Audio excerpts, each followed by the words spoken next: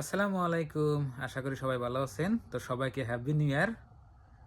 তো এখন বাজে হলো আপনার 7:11।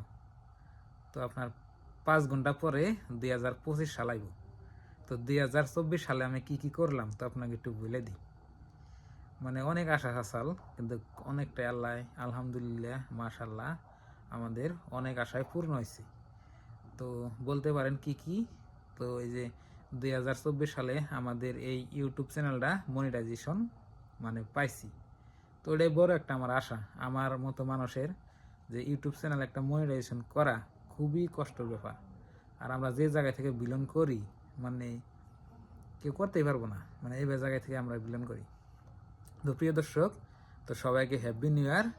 আর আপনাকেও যাতে 2025 সাল ভালোভাবে কাটে তার জন্য শুভকামনা রইল।